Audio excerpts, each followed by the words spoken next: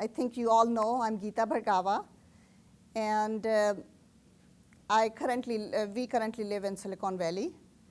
And I had co-founded my first company about 18 years ago, Global Upside. And I grew up in India with my family, my father, mother, 2 sisters, and a brother. My father had a pharmacy store, and actually our family was well known because my grandfather started the first pharmacy store in the state that we lived in 1932. We were doing very, very well. Then my grandfather died. My father had medical issues. He had multiple heart attacks, and he was put into bed rest for 6 months. And we didn't have anybody looking over the business and finance side of it. My brother was 6 months old. And so what happened was that because nobody was taking care of finance, we actually lost everything. And once my father got well, he had to get involved with loan shark to get some credit and all of that. And then about 6 years later, he had another heart attack on the road, and he passed away. He didn't make it. And at that point, my brother was 6 years old. And I'm not sure how many of you know that India used to be a male-dominated society. So woman or a young girl was not allowed to be in the marketplace or run a business. And it was very customary that if you didn't have an older son who could take care of the business, you were asked to go live with your relatives. And that was the only option we had at that point. My maternal grandfather and my maternal uncles all came over to take us along with them, to live with them. But I told my mom, I said, Mom, I will be your son. I don't want to be a burden on anybody. I want to have a good life for me and my family. Because, you know, if you live with somebody, you become financial burden on them. You really don't have a life because you're always a second-hand citizen. And I didn't want that. It's like, well, we have to try. So I was able to convince my uncle and my grandfather to pay off the loan shark. And I told them that it will take you a lot more money to raise 4 kids and your sister for life, basically. And you have to worry about getting us married or send us to school. But if you pay off, and today's value would be like $500. And I said, just pay them off. And we will never ask for any financial support from you guys. Moral support, yes, we will come ask you. So I was able to convince them. They paid off the loan shark. So now I still have a lot of barriers, a lot of challenges to get over. First was acceptance in marketplace.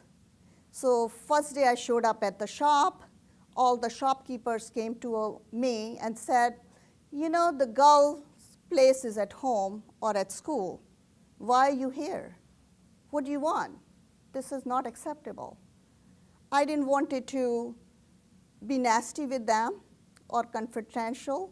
And I said, you know, I'm just here because it's a necessity for me. I want to provide for my family. Unless you all chip in and put some money into our accounts that we can go to school or stay home, that would be okay. But if not, I really am asking you for your support. I'm asking you to give me the chance to be here and do what I need to do for my family. And all of a sudden, everybody was in. And I became the marketplace daughter and a sister that it was their obligation to protect me. So they will figure out if my shop is open, somebody is staying open until I close. If opposite sex showed up at the shop and being there for more than 5 minutes, somebody will come check on, is this person harassing you, or do they really need to be here? So it was very nice. I still have a lot of challenges left.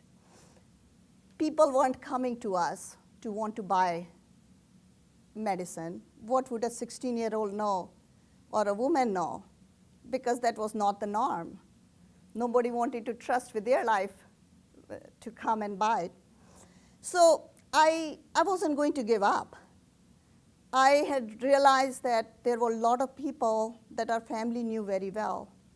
So there was a brother-sister doctor which was very, very famous, that they have villagers, nearby villagers lined up since 5 a.m. to see them.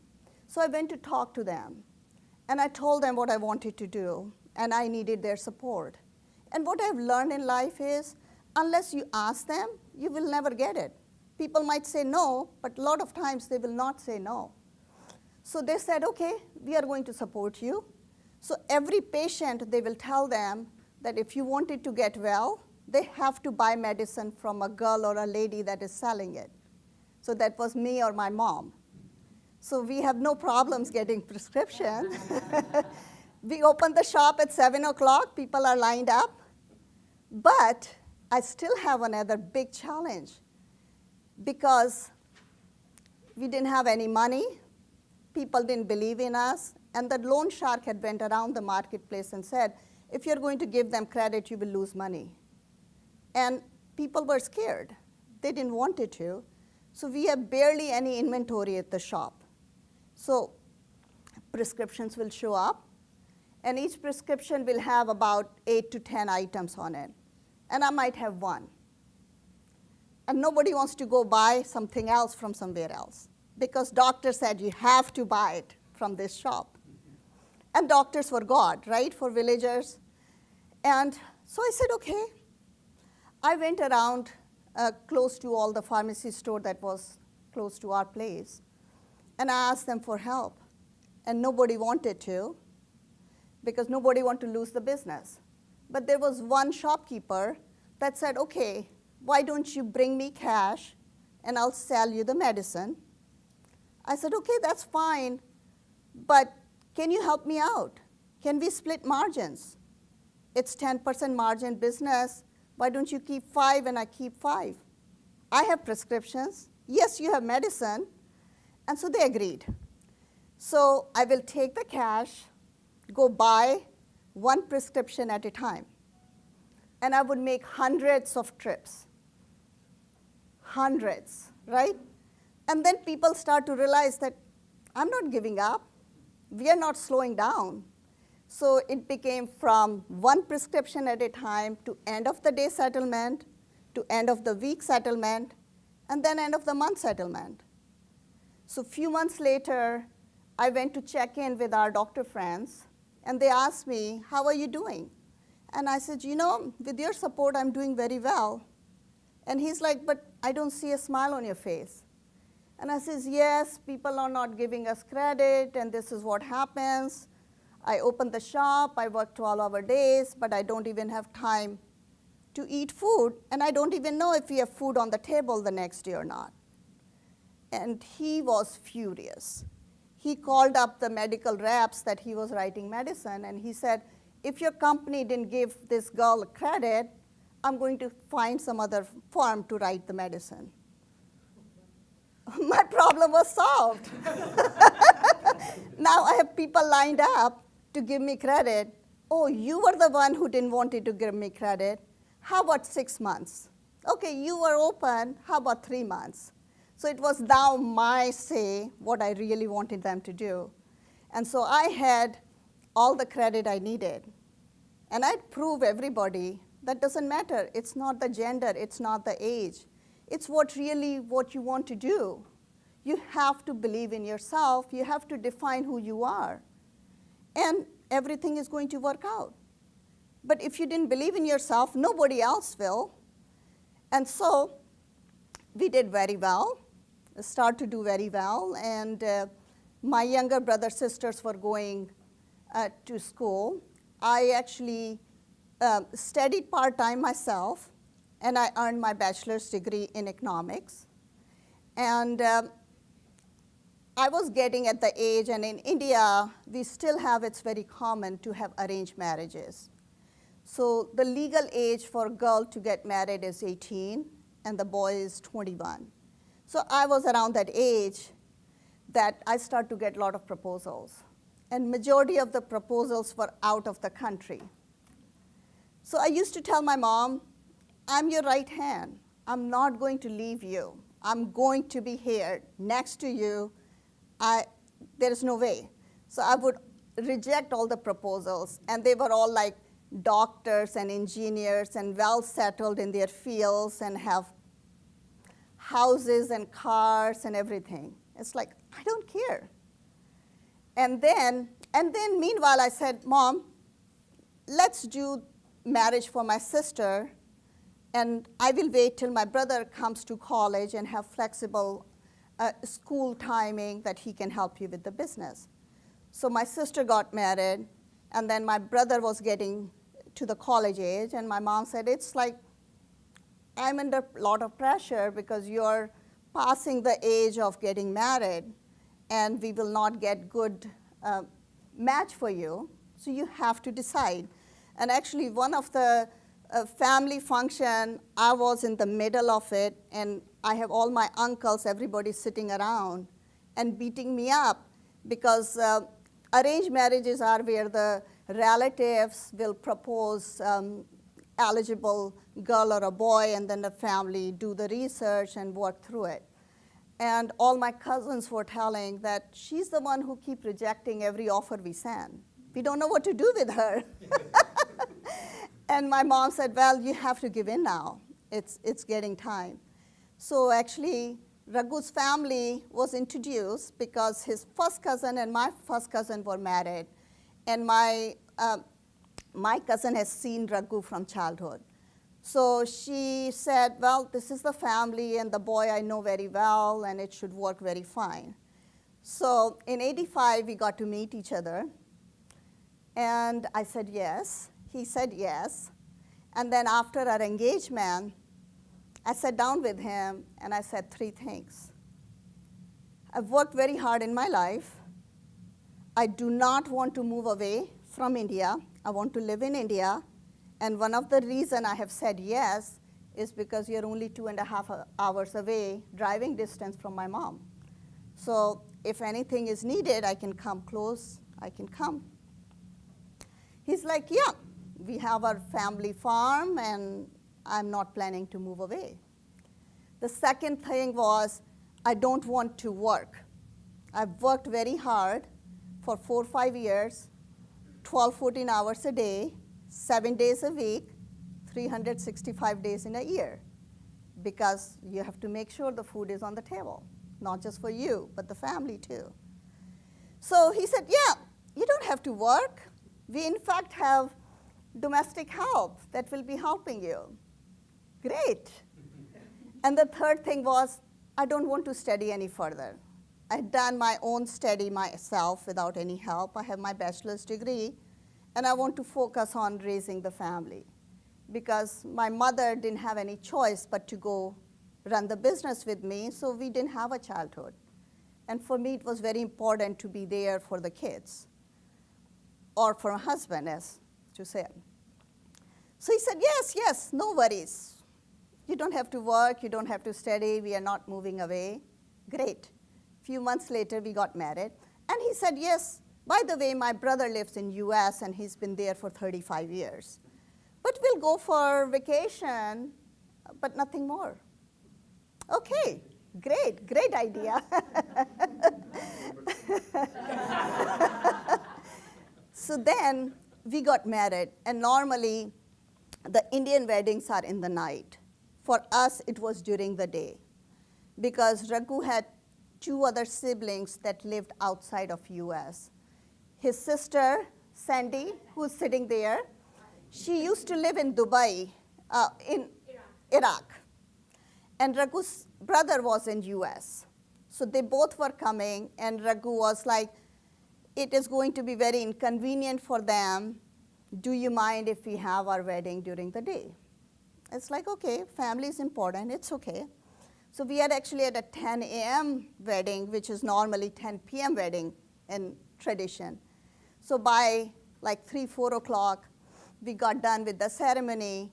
And then in Indian families, you go with your husband to his family.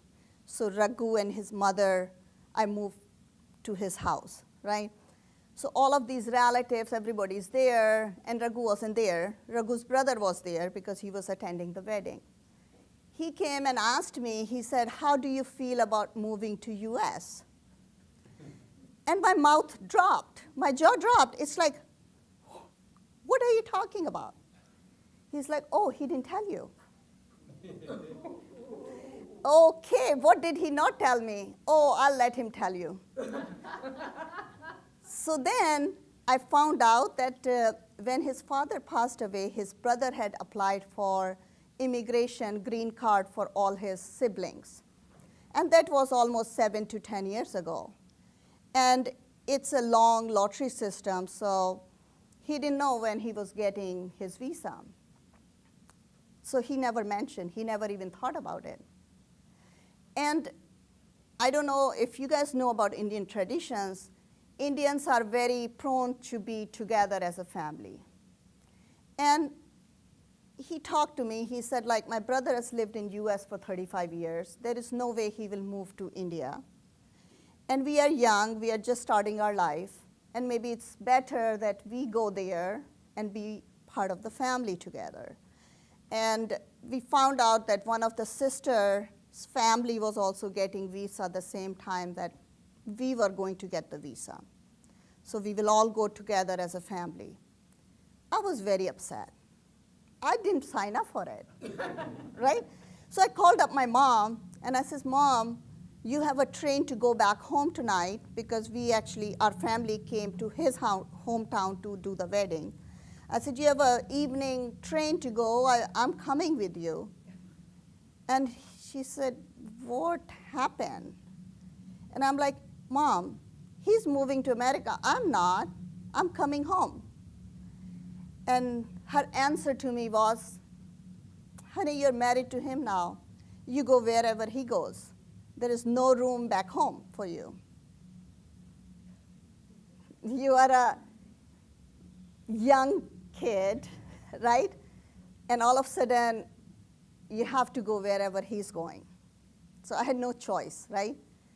So it's okay.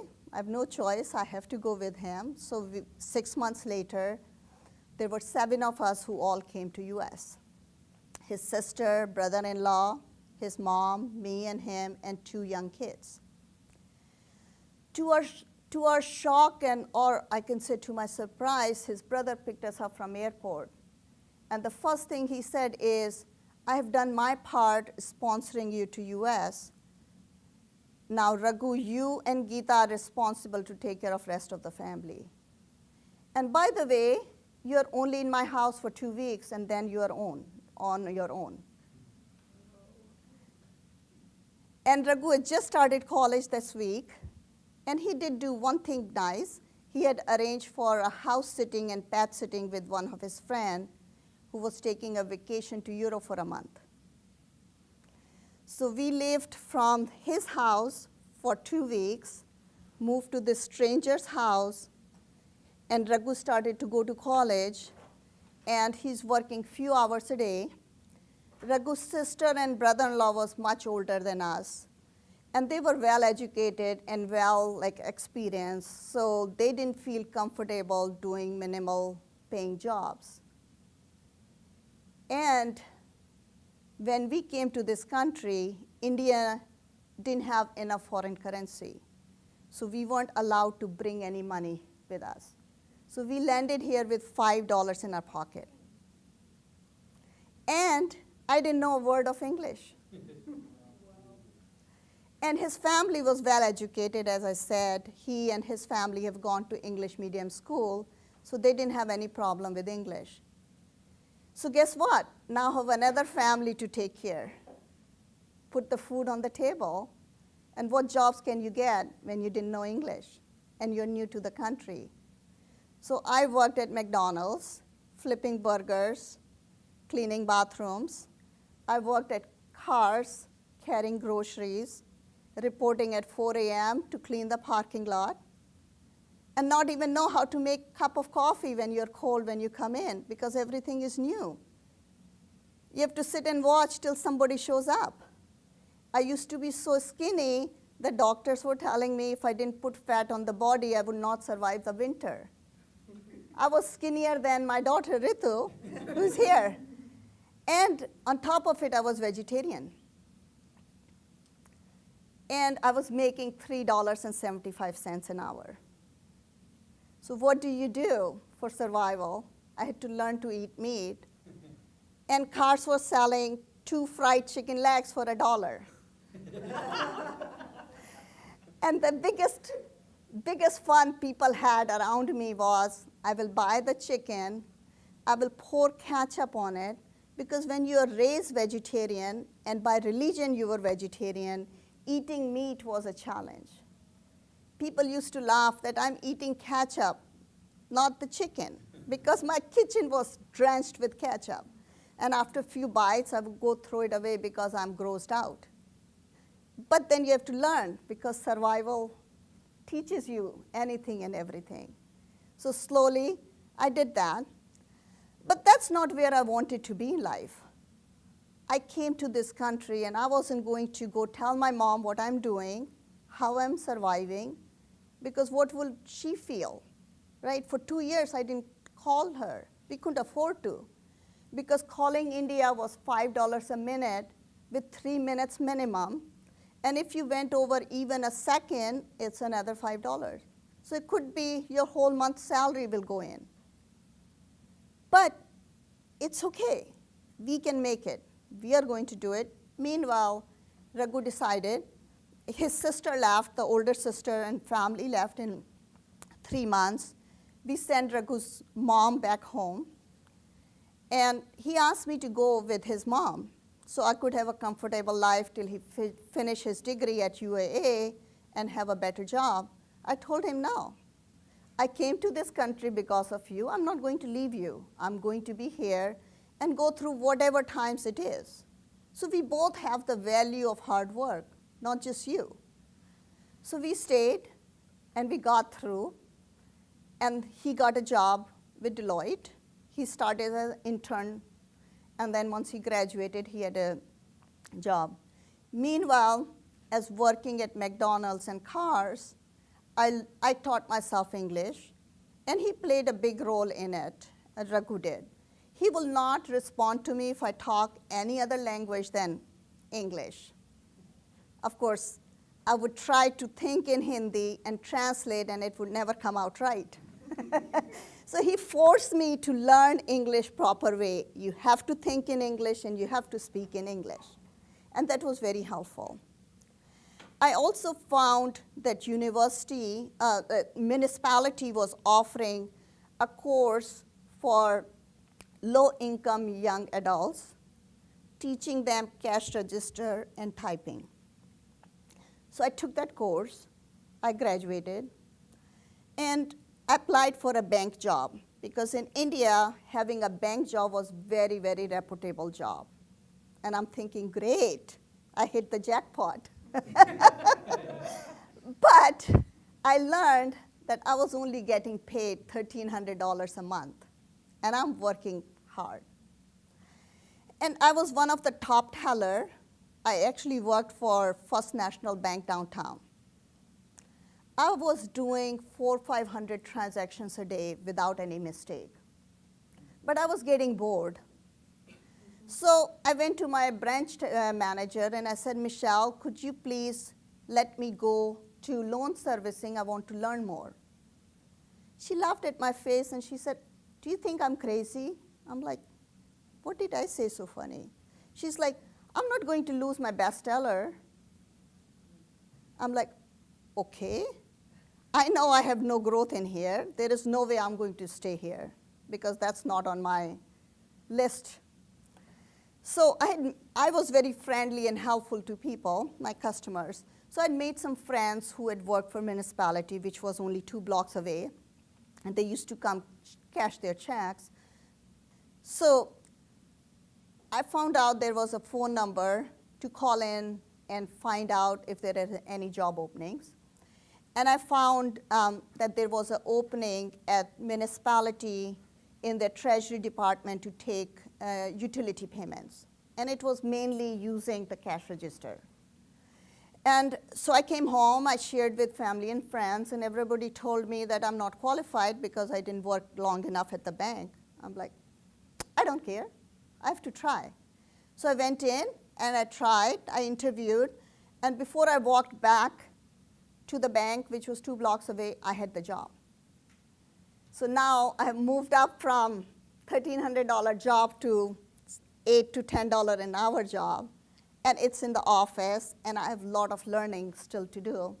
I was the junior most in the department, so I'll go around and learn other people's jobs and help them out. And then Alaska had introduced hotel motel tax and tobacco tax. And there was nobody in the department to review the tax return.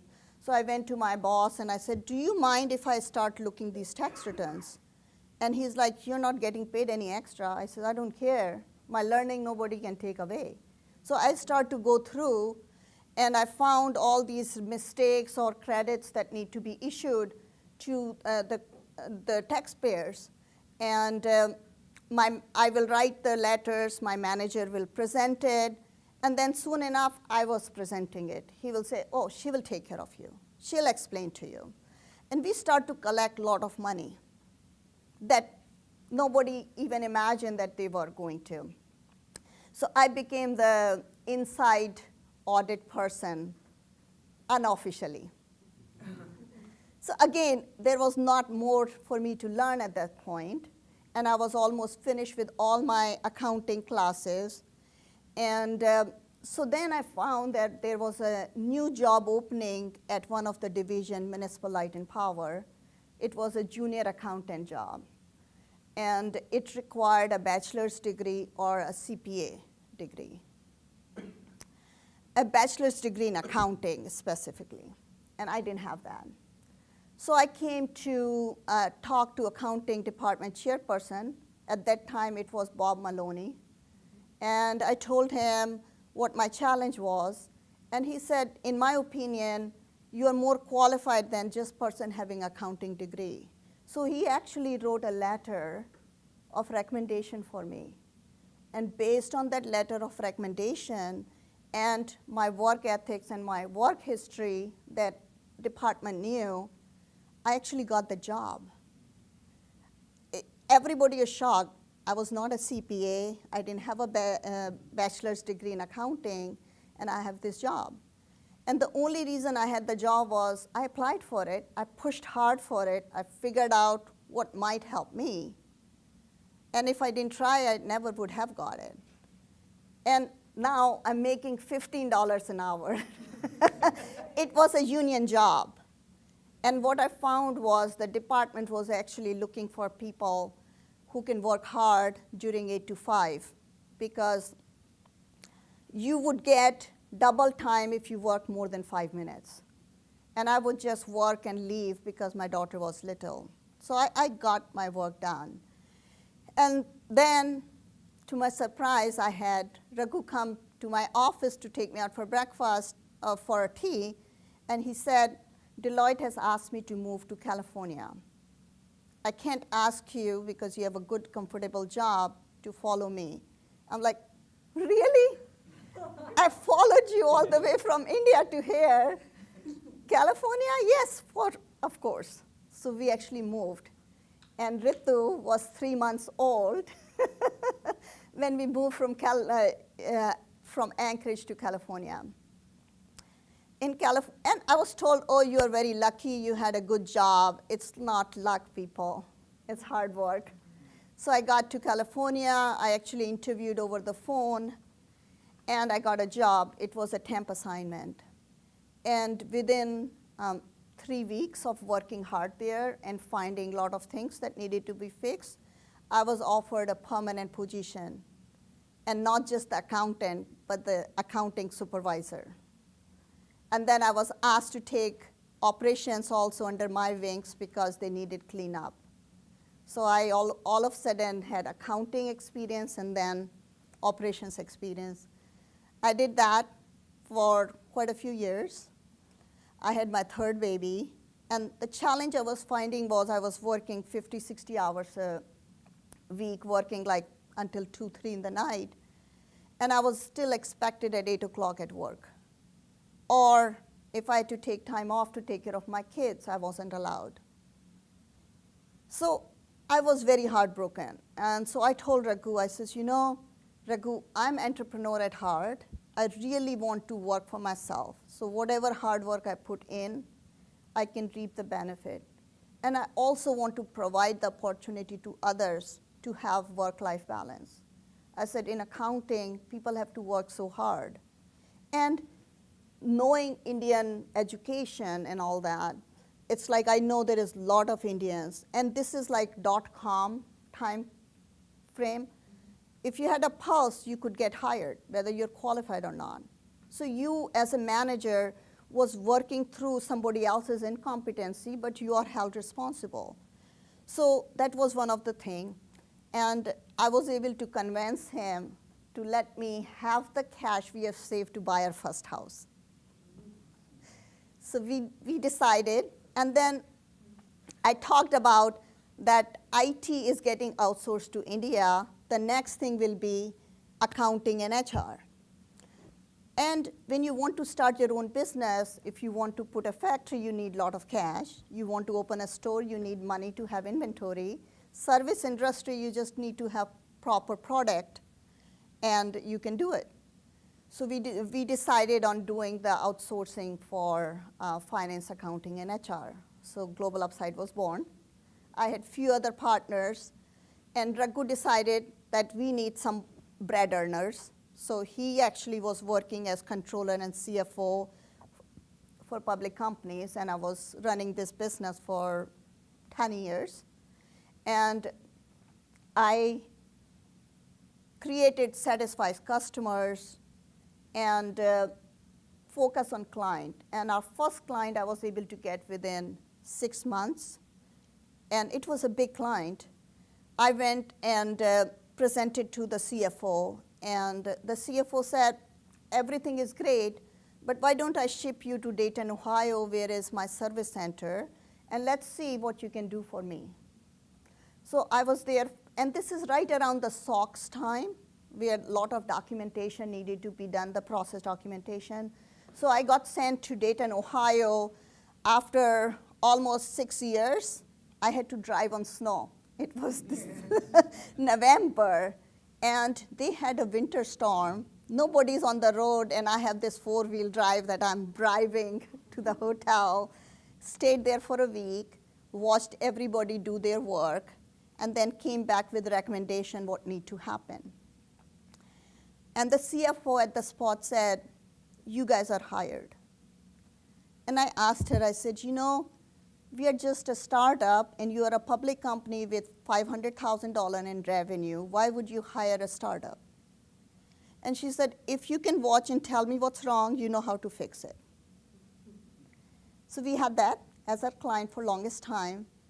We did, and at that point, we were only focusing accounts payable and domestic accounts payable. So we will process invoices in our India center, service center.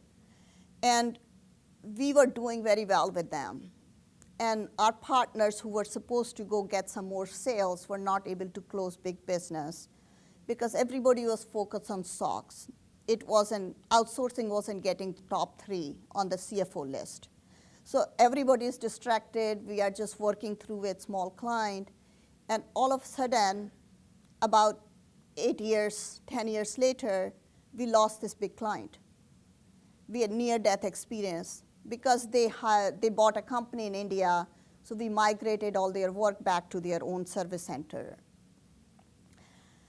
Well, what can you do? Failure is not an option, right?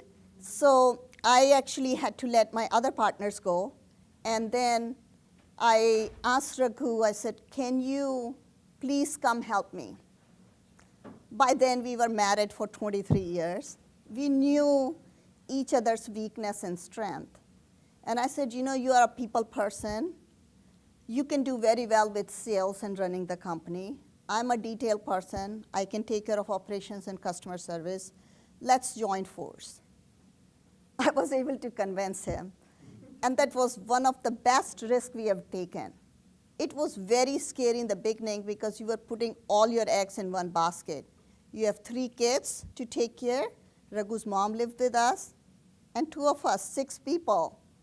And not only that, you have hired people in India, right? You have their livelihood on your shoulder.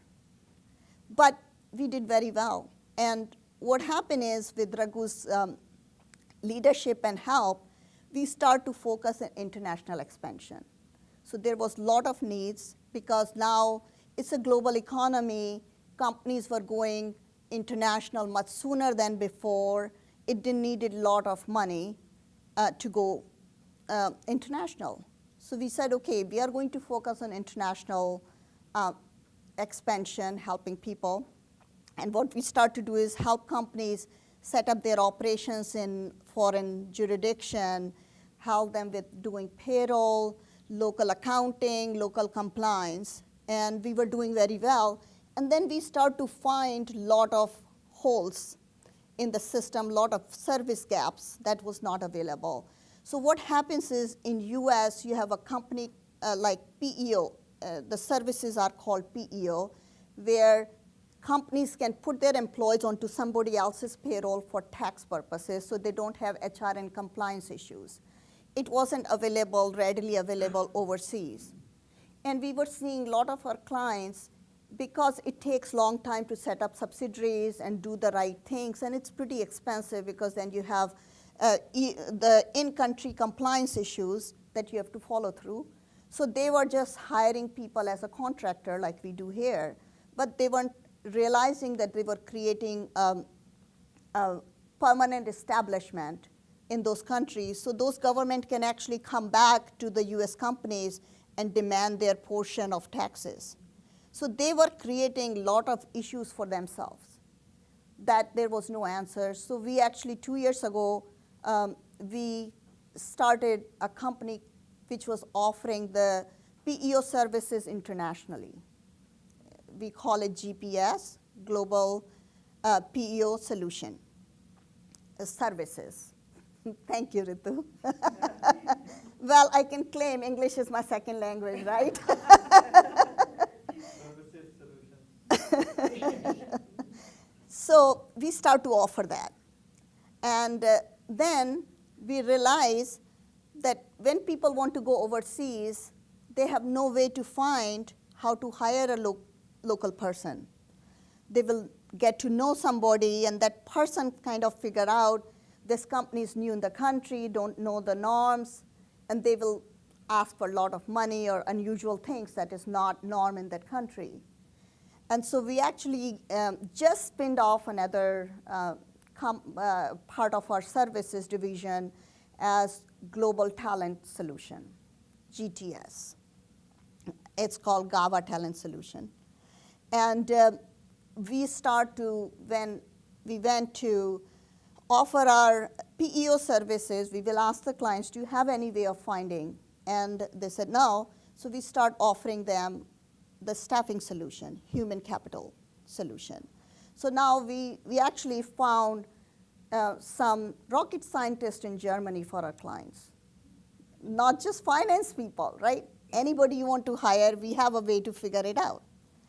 And so we are doing that. About a year and a half ago, we actually got a contract with Dell spinning off their software division.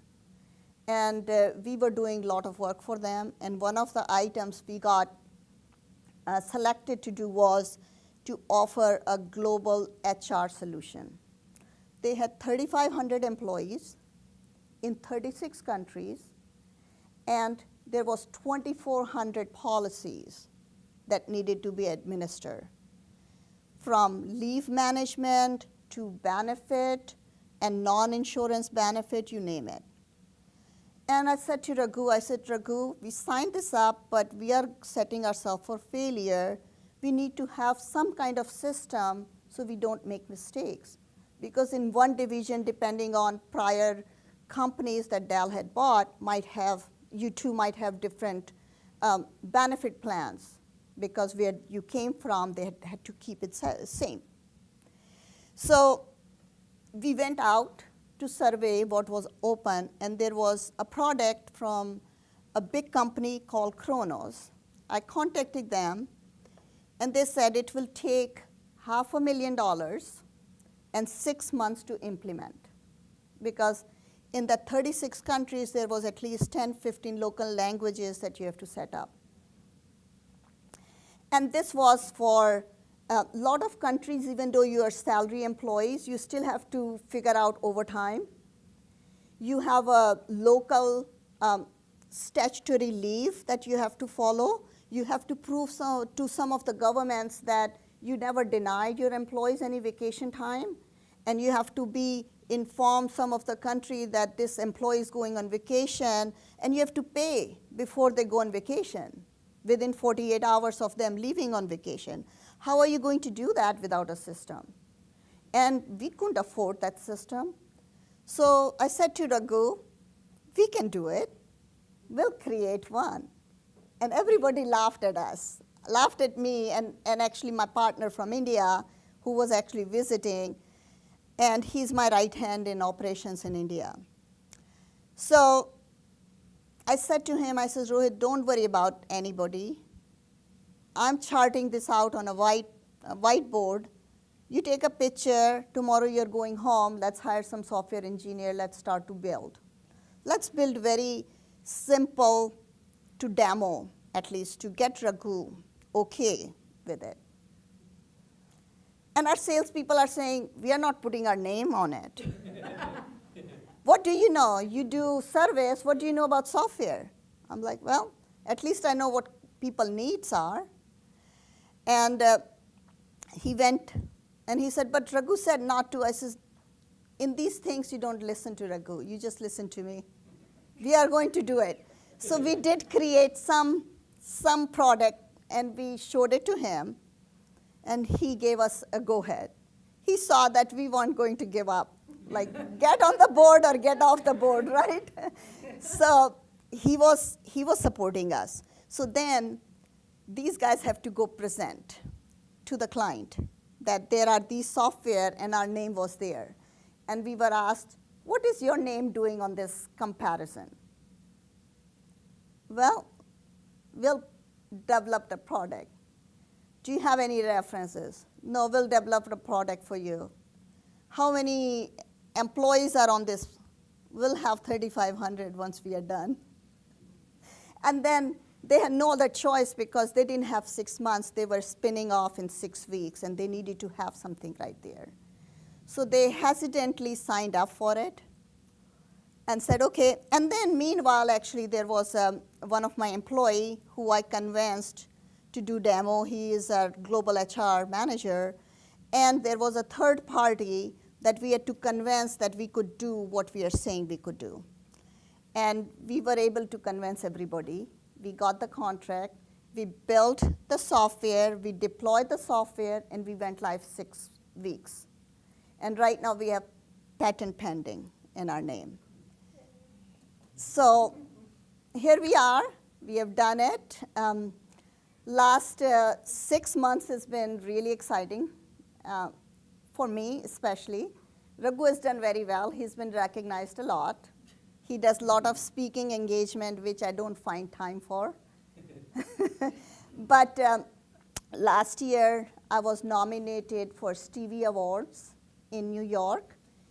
About 60 countries participate, 15,000 applicants. And I had won 2 awards, Female Executive of the Year and Female Entrepreneur of the Year, silver and bronze, but I did it. And then you all know about March.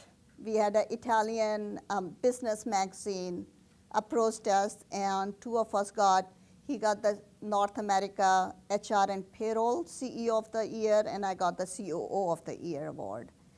And we just found out about 2 weeks ago that I have won 100 most influenced women in Silicon Valley for 2018.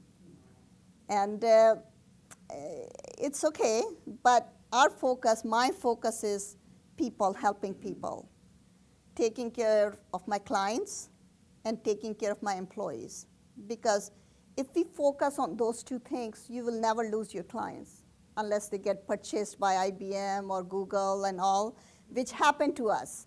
And when they get bought, the big companies do realize how smoothly it works because we offer end-to-end back-end, from hiring to people to final VAT returns and tax returns and all of that, final compliance. So we still retain those clients. So what I wanted to tell you is some of the things in my life that I have learned is unless you believe in yourself, nobody else will. So you have to you are making your future, why not make a good one, right? Because it's all in our hand. If you don't say that you can do it, nobody else is going to have faith in you. The second thing is that you have to be passionate, whatever you do. No job is big or small, but if you have your passion, you can find your way. Always have to think positive.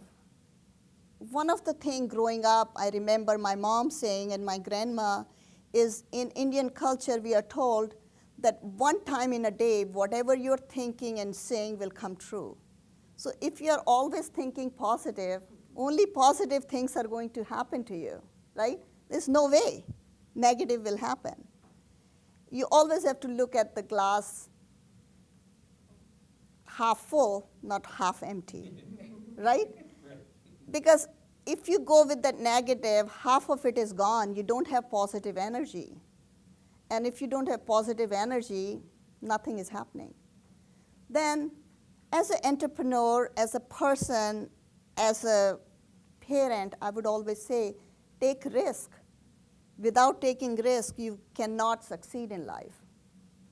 And actually, two of us believed in, Raghu and me, that we let the kids fail much sooner.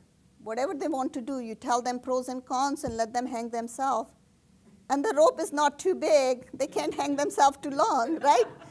It's easy learning things that they can learn themselves, but you have to take risk. You can't be afraid of taking risk.